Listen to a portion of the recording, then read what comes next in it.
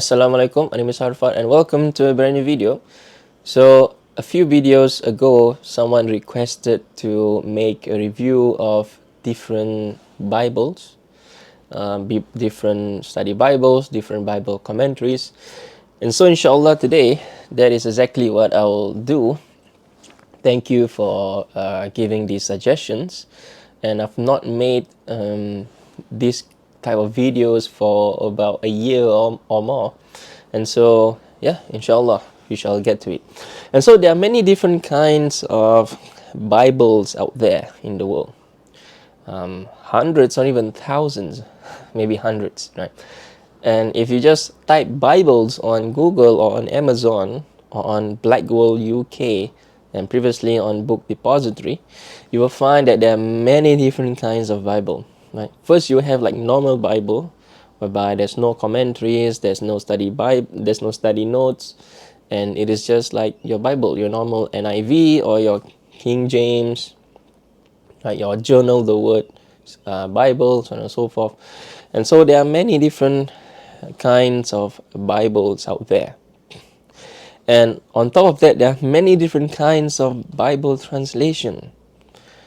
For example, if you look at the New King James Version, and if you look at the NIV, and if you look at the ESV, English Standard Version, so there are differences in the translation. And so which translation is actually the correct translation? And the answer is every translation is an interpretation, which is why you should have some sense of knowledge, at least learn to read the original languages. Vocabulary will come much later on. There's a lot of words in the Greek if you are talking about the New Testament, and there's a lot of words in Hebrew, right, that unless you spend one day, every day, memorizing 10 words, different words every day, right, then it would take you 20 or 30 years to actually learn the different vocabularies, right? But thankfully today there's a lot of study aids. There are lexicons, and even you have the interlinear Bible, which really help, okay? And also you can consult dictionary like BDAC, for example, okay? And so these are the kinds of tools or study aid that you need. But suppose you are just an ordinary person, like I am, okay? You are not a scholar, or you just want to find the best biblical translation. The answer is I don't know. I don't know what is the best biblical translation. Okay? And that is a video that is a question that you should ask many different scholars, so that you have many different opinions. And so, for example, if you ask 10 different scholars and 5 of them mention ESV, 2 mention NIV, and another 3 mention the New King James Version, then maybe you can start from the ESV, because 5 scholars that you've asked mention ESV. Then maybe after a while you can go to the NKJV, because 3 scholars mentioned the NKJV is the best translation. Then you can go to the NIV, right? And so after a while, you start to realize that, hold on a second, you should just pick one and focus on that one. If not, you will never stop finding new Bible translation, right? And so what Professor Dennis MacDonald did when he was very young is that he actually translated the Greek New Testament. And so there are the kinds of things that we all should work towards. If you're a Christian, right? For me, I won't do that, because I would much rather translate the Quran, learn the Arabic, right, and actually translate the Quran. And so if you're a Christian, maybe you want to learn the Greek and then do your own translation, right? For example, you have Professor Anthony Bassett, who did his own New Kingdom translation. He translated the Greek into English.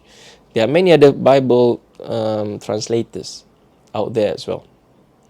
And so, if you are concerned about finding Bible translation, you'll never be satisfied unless you make a decision, because there are hundreds of Bible translation, and it would take you decades if you want to research all biblical translation. And even so, once you've done that, there'll be more Bible translation, and so it is actually not a worthwhile endeavor, so to speak. Okay, and so what I've done actually is I've stockpiled my home library with some of the major Bible translations. For example, you have the NKJV and the KJV, the NIV, the ESV, the Net Bible, which is not popular, but still it is going to be popular. I don't know, maybe going to be popular soon, even though it has been released many years ago. And I also have the RSV, the new RSV, the new RSV updated edition. I have the New English Bible Translation, the Revised English Bible Translation. So all these are the major Bible translation. And what I've also done is that I've taken two extremes: very liberal translation, and also very conservative translation. Okay, for example, I would group the NIV and the NKJV as a very conservative translation, and I would group the NRSV as a liberal translation. Then in the middle, I will put English Standard Version, because even it is more leading towards evangelical towards the evangelical side. Yeah, but I will put ESV as somewhat in the middle. Okay. And so I will not be able to share with you all the Bible translations, all the study Bibles, or all the non-study Bibles, or the Bible commentaries that I have with you in this video. But I've picked a few samples here to show you. And so inshallah, if you are a bibliophile, a Muslim bibliophile, then you can actually study these literatures yourself. So first things first is we will have the normal Bible, right? For example, with no study notes, with no commentaries. And so there are just these types of Bible, and there are also these types of Bible with referencing. For example, in Mark, you have many teachings of Jesus that can be referenced back to the Torah. And so there are references there. Now, a slide of caution here. Depending on which Bible you use, which reference Bible you use, some of them will actually indicate that Jesus actually spoke this in the Torah, and now Jesus spoke this in the Gospel, right? And so those are the kinds of Bible that are skewed towards the devotional confessional side. Whereas if you use reference Bible that are more liberal, right, these sort of things will actually not be mentioned. Okay, and so we move on now to the study Bible. So there are, again, tons and tons of study Bible, hundreds of study Bibles out there. And so one example from the extreme evangelical side is the Orthodox study Bible. Okay, and this is actually the Russian Orthodox Church study Bible, the Eastern Orthodox Church. And so this is not a Catholic study Bible, and this is not a Protestant study Bible. This is actually the Eastern Orthodox study Bible. And so Eastern Orthodox Christianity, they are much more spiritual than Protestantism and Catholicism. Okay? They pray to the saints much more fervently than the Catholics, at least in my opinion, and they do not believe that the Spirit proceeds from the Father and the Son. Okay, because that would mean that the Spirit is double subordinate to the Father. So Catholicism or Catholics believe that the Spirit proceeds from the Father and proceeds from the Son.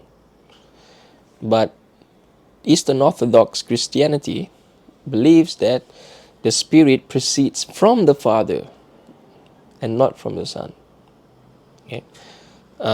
But that doesn't mean that the Spirit is lesser, a much lesser divine entity than the Son. Okay? And Catholics also do not believe that when the Spirit proceeds from the Father and the Son, it means that the Spirit is also subordinate to the Son. No, all these are actually co-equal, consubstantial. Okay, and that is the doctrine of the Trinity, meaning there are not three gods, but there are one God, but manifested in three persons. Okay, three persons, one being. That is the doctrine of the Trinity. And so Eastern Orthodox Christianity, you'll find a lot of saints, images of saints. Okay, and just to correct the beliefs or the misrepresentation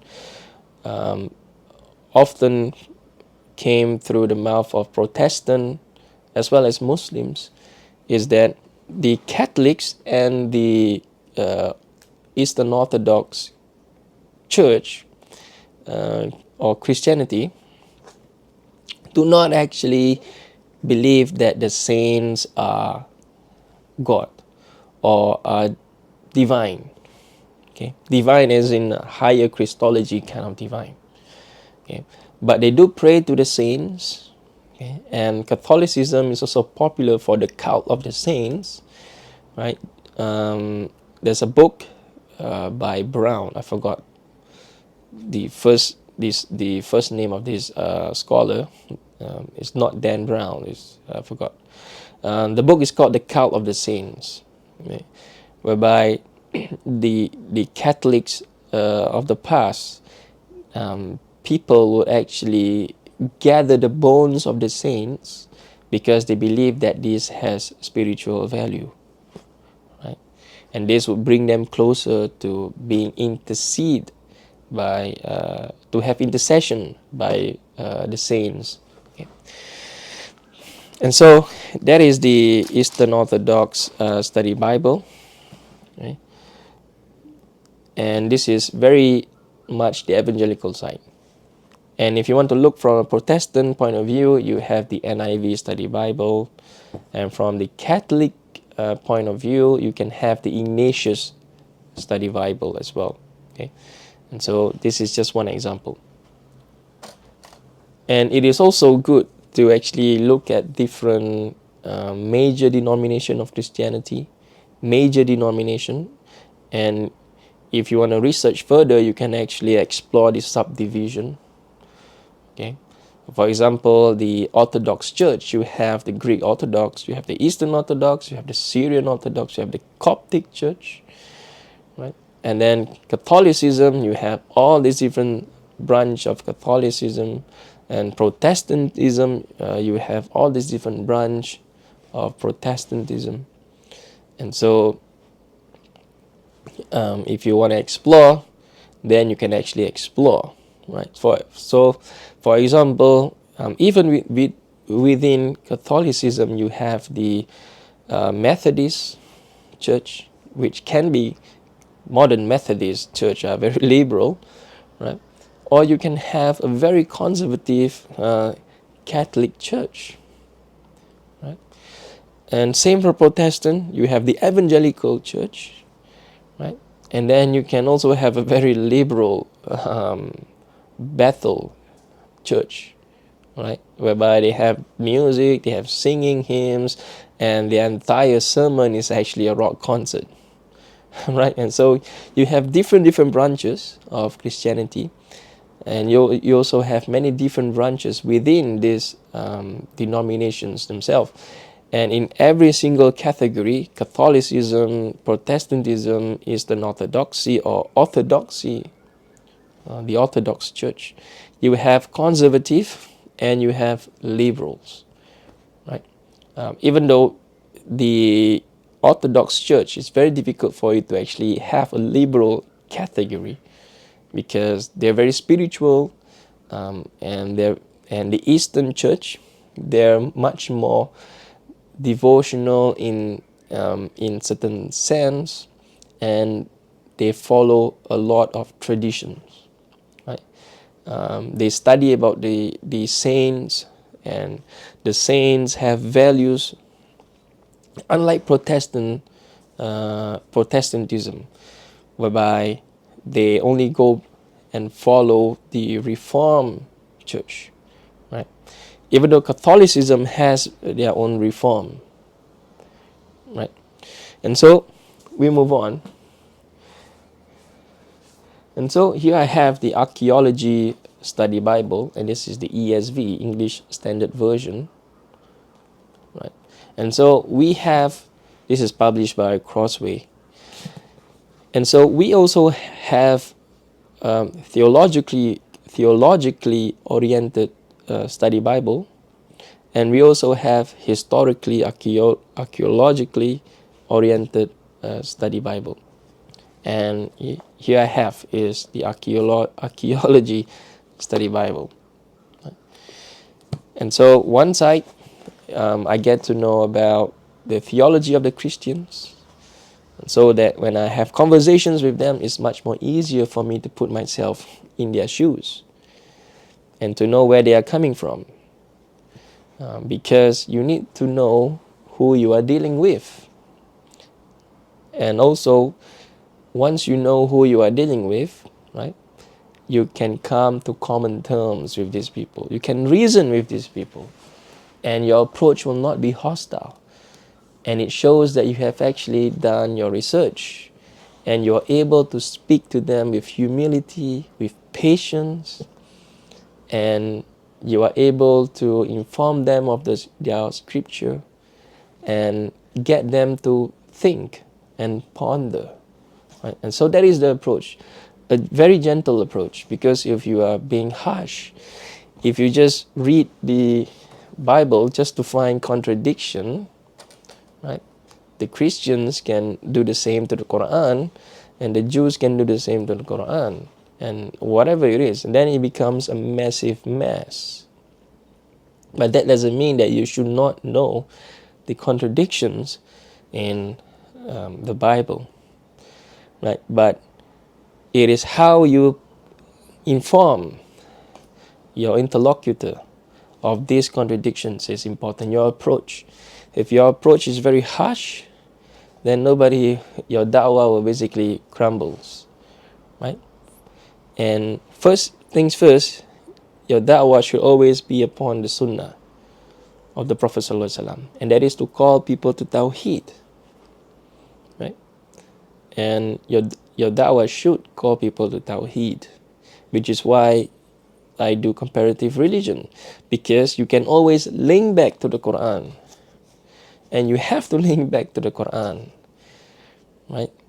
And in fact, you find Tawheed as well in the Gospel, and so it is upon you to actually find this and convey this, and perhaps get people to look at things from a different angle, right?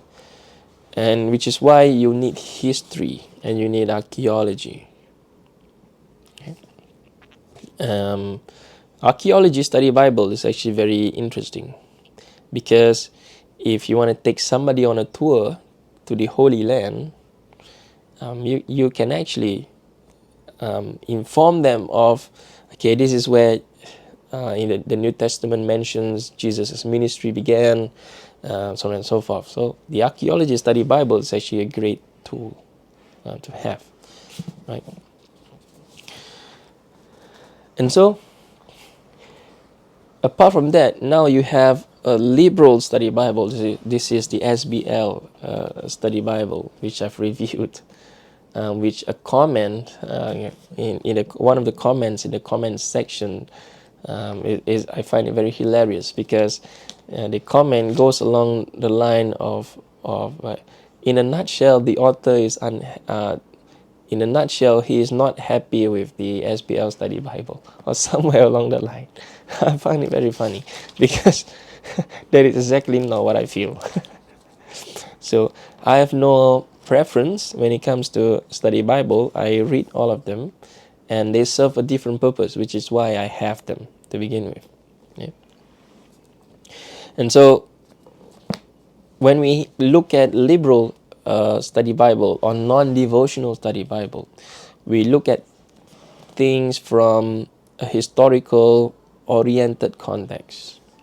Okay, and there's the presupposition is that it's not that God don't exist, but is that miracles don't exist. Okay, that is a presupposition, if you want to be crude. Okay, and so which is why we look at things from a historical context. But from time to time, even in liberal study Bible, you find comments or study notes that might indicate, for example, the passage in Matthew chapter 28:19, right? The passage about the baptized in the name of the Father, the Son, and the Spirit. Right? This could be actually the early proclamation of the doctrine of the Trinity. And so you'll find some passages like that. Okay? And this is when you can see the author's theology actually comes into play. Right? But either way, everybody has their own bias. And so this is something that you should recognize and be sympathetic to. So you have this SBL study Bible, or the liberal non-devotional study Bible, whatever you call it, I don't care. And so we have study Bibles in that category, whereby you have from the extreme and you have conservative, devotional. And then you have some scholarly work materials, okay, that portrays a balance between the two. And then you also have the non-devotional, liberal,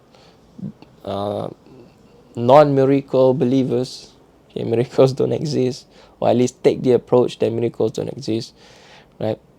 And so you have different angles, different sides, and it's good so that you can always look at things from different angles, and that would actually prevent you from being and that would actually allow you, okay, to be more objective in your approach. Because if you fill up your entire library with theologically oriented books, okay, you are missing out on what those other people have to say, those people who disagree with you. And you have no basis to disagree with the people that disagree with you. And you have no basis to challenge their opinion, because you have not actually researched the areas that they are interested in. Why are they coming from that angle? Why do they make such a decision? Why do they think that you are wrong?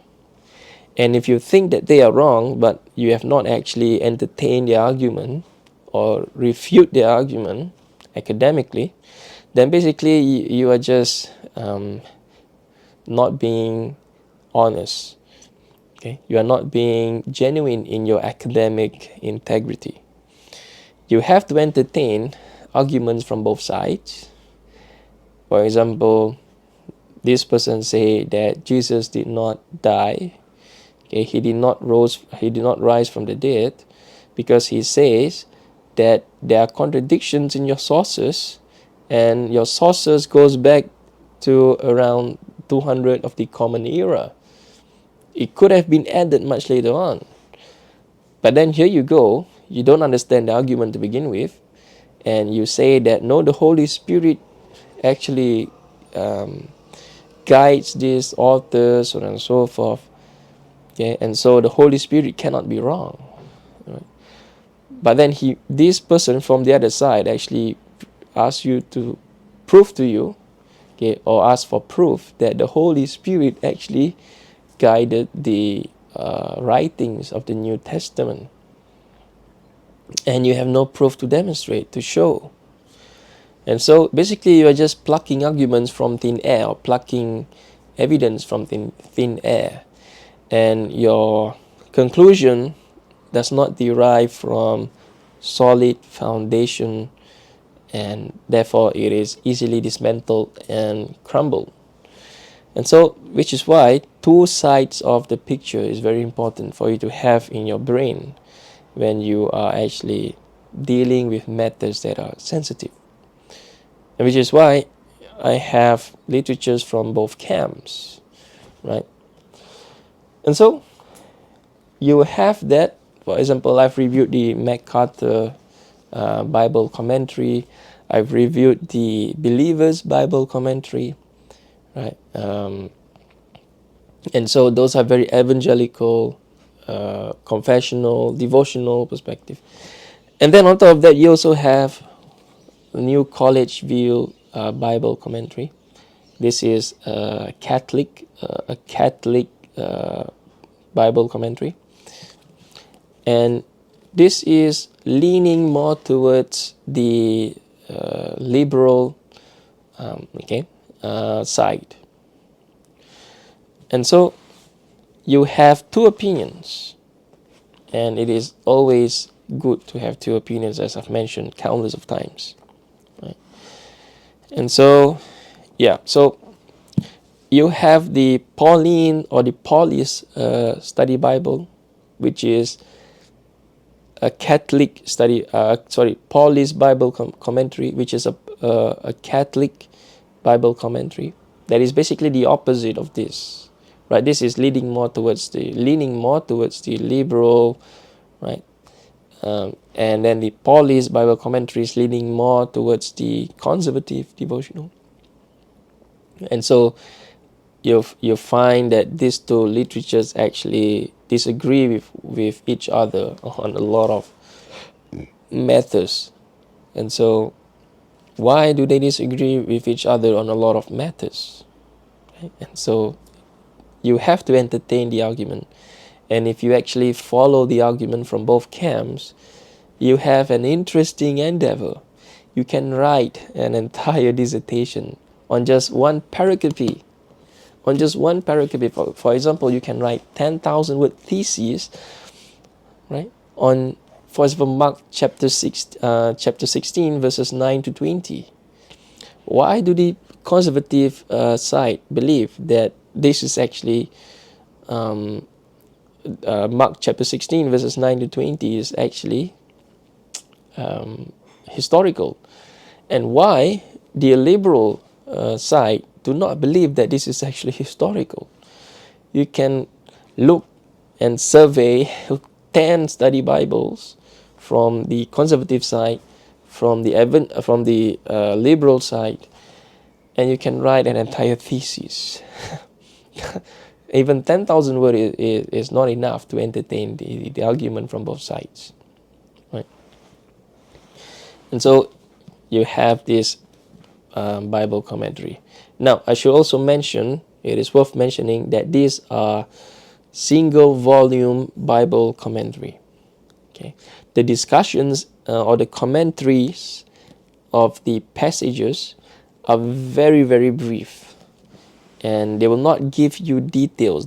The intention of the author or editors and the publishers, whenever something like this happens, for example, like one single volume Bible commentary, the intention of the publishers and the editors and the authors, their intentions is not to be deep.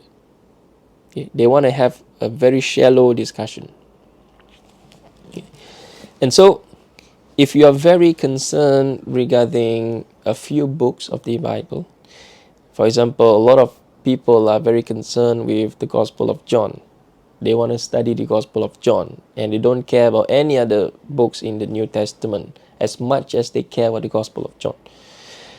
And so this might not actually be the commentary for you to get. Right? It is much better for you to spend your money on commentary that only talks about John, because you will get the details, you get the depth that you need, right? And so we come to our next point here, okay, which is commentaries, single book commentary. This is, for example, I have the Hebrew from the Hermeneia commentary. Right, so this whole book is a commentary on Hebrews.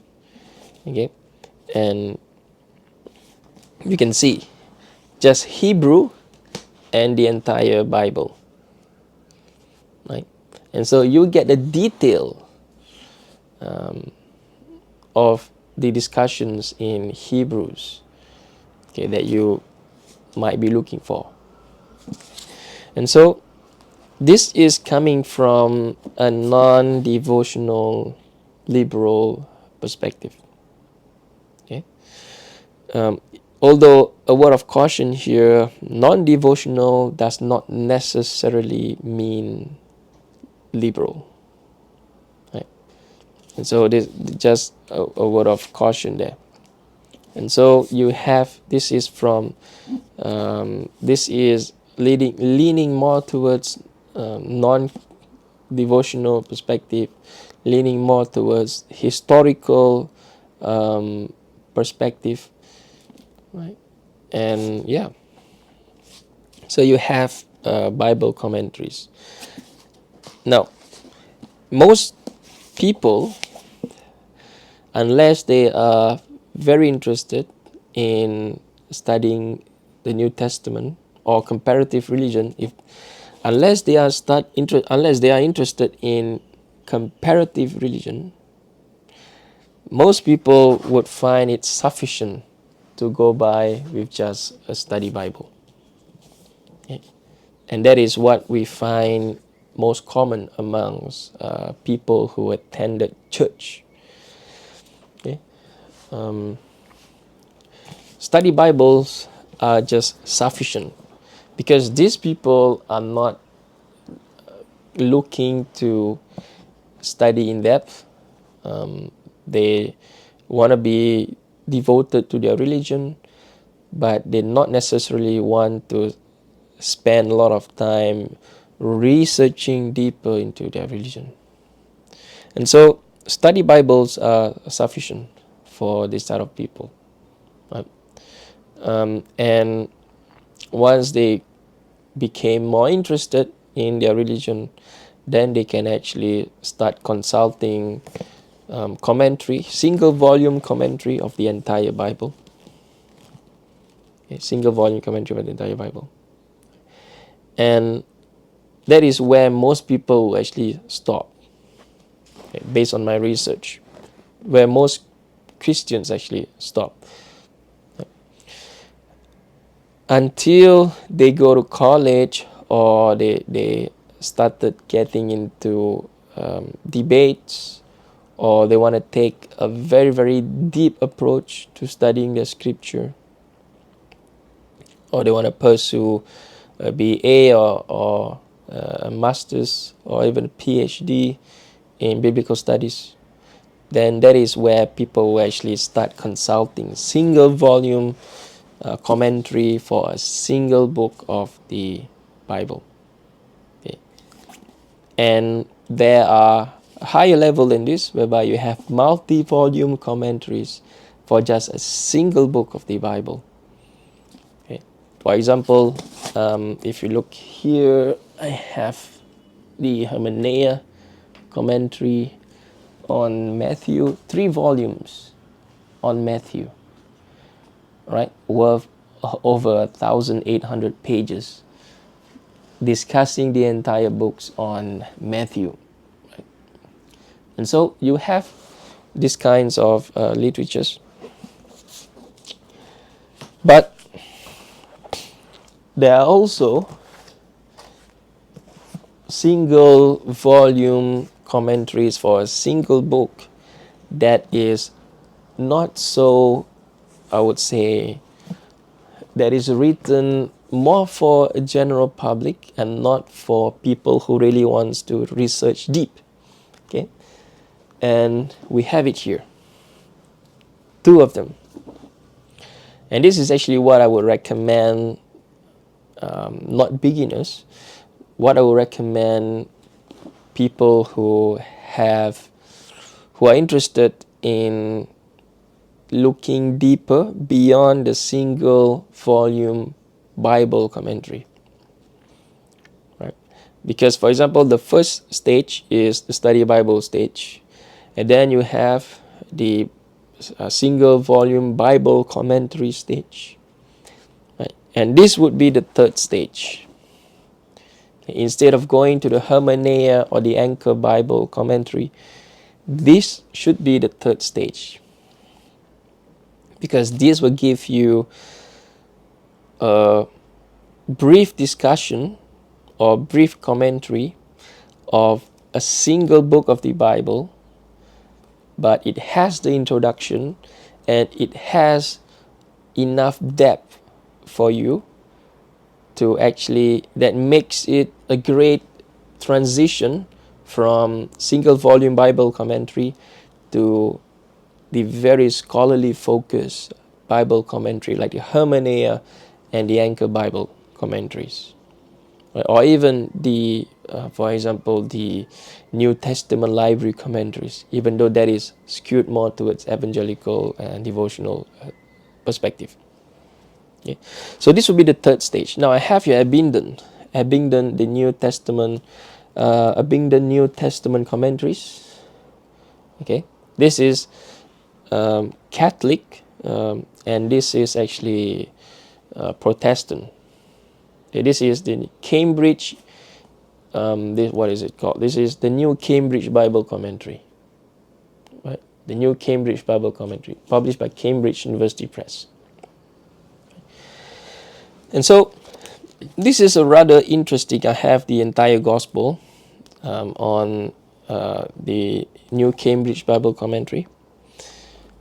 I would say this is not so liberal and not so evangelical, even though it is skewed towards evangelicalism, okay, Protestant evangelicalism.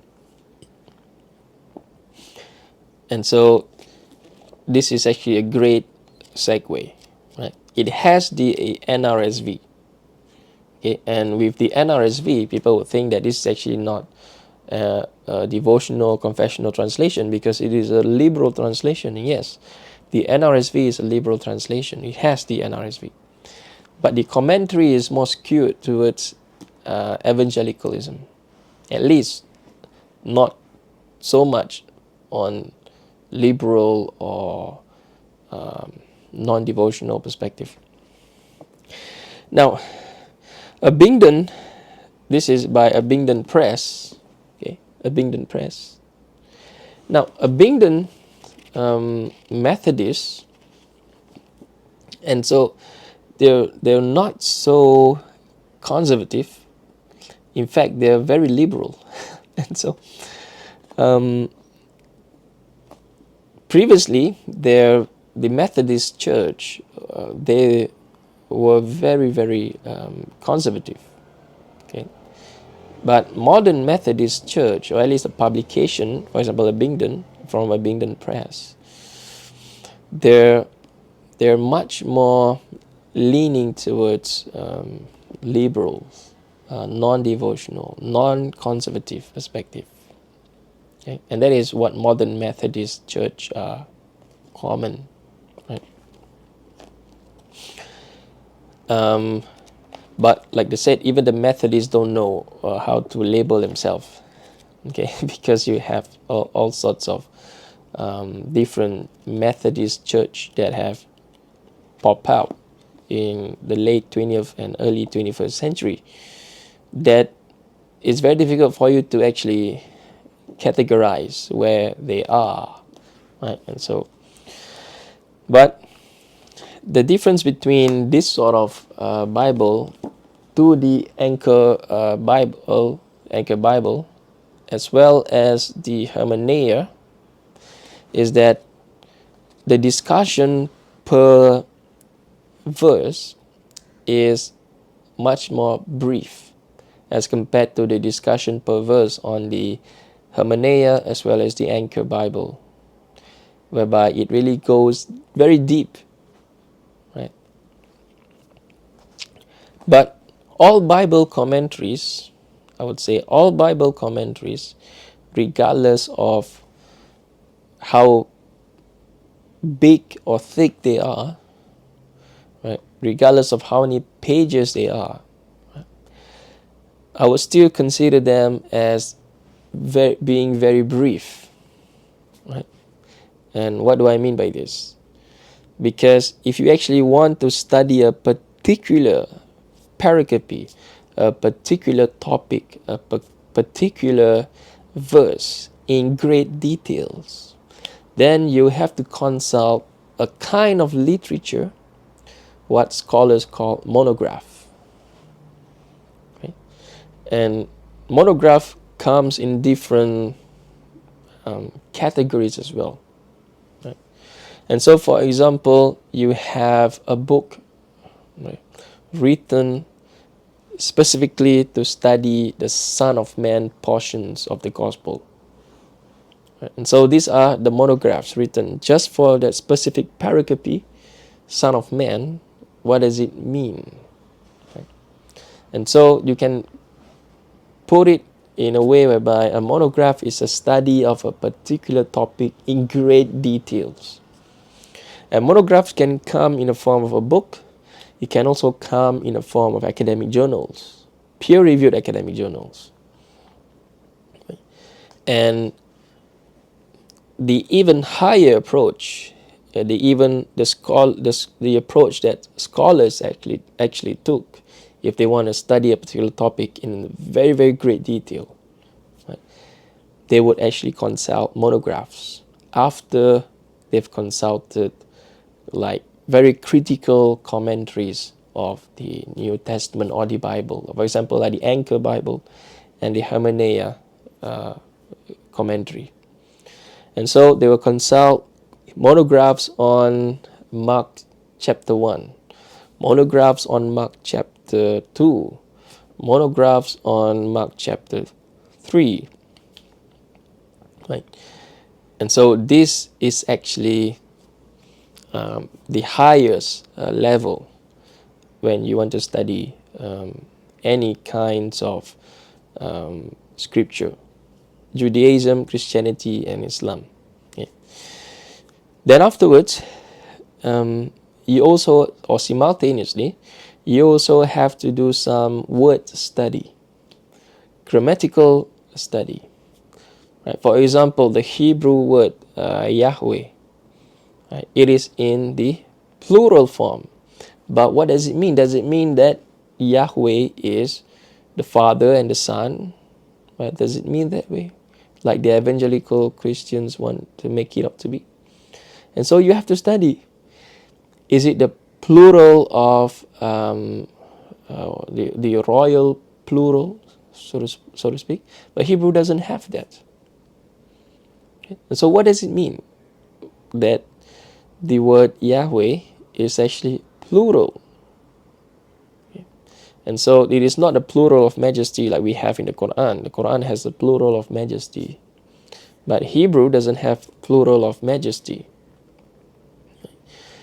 And also, for example, word study of the anathoros, theos, meaning the anathoros basically means without the definite article. Anathoros theos in John 1:1.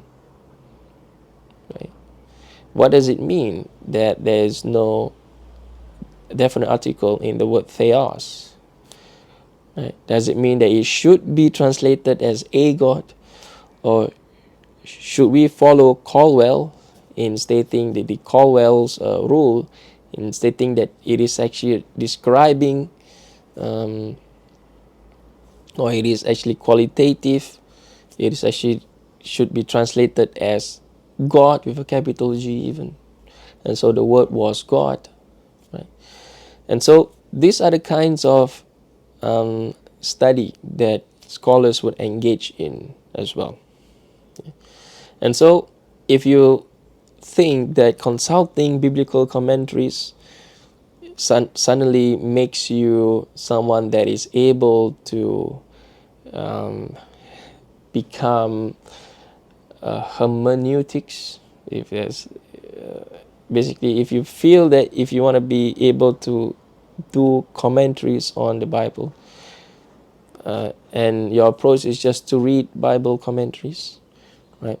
And you think that that would actually make you a master of hermeneutics, then you are absolutely wrong.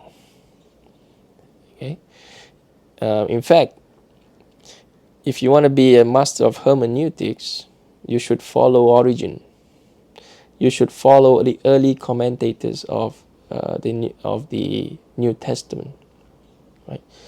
These people actually study, and they came out with their own commentaries of the New Testament when there were no commentaries of the New Testament to begin with. There were no commentaries of the Torah to begin with, right?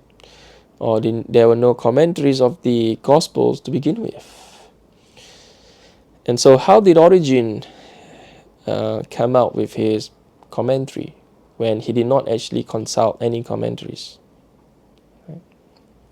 Because these people actually study, even though they are influenced by Platonism, right? And so their approach is always the Neoplatonist side, whereby God finally have something to do with this world. Okay, and because Platonism is that human beings should escape this world, right, to go back to the higher world, right? Because the higher world is a mirror image of the lower world, and so they should go back to the higher world. And that is where the realm of the divines are. And the divine won't actually have anything to do with the realm of the humans. But in Neoplatonist thought, that suddenly the divine has something to do with the realm of the humans, and it is no longer humans' expectation to actually free themselves from the shackles of this world and to actually go and look forward to their eternal resting place, right? And so Origen, he was influenced by Clement of Alexandria, who himself was a Platonist. And so someone who actually came out with hermeneutics, they first should have the area that they want to focus on. Not that Origen thinks that he's writing Platonist. He wants to write from a Neoplatonist angle. No, these are the worldview that he was actually influenced by, right? The worldview post-Plato, that is exactly not what Plato's ideas were and beliefs, right? And so he has this sort of mind frame. And today, modern day commentators, as well as the medieval commentators, right? Medieval commentators, they're coming from a very devotional perspective. Modern commentators, you have devotional perspective, and you also have non-devotional perspective, whereby you take a more philosophical approach, right? And for example, when it comes to Islam, you have the Mu'tazilites commentaries of the Quran, right? Or you have the reading or approaching the Quran from from an Aristotelian or Platonist perspective. Okay, and so first things first, if you want to write commentaries, which area would you actually go, right?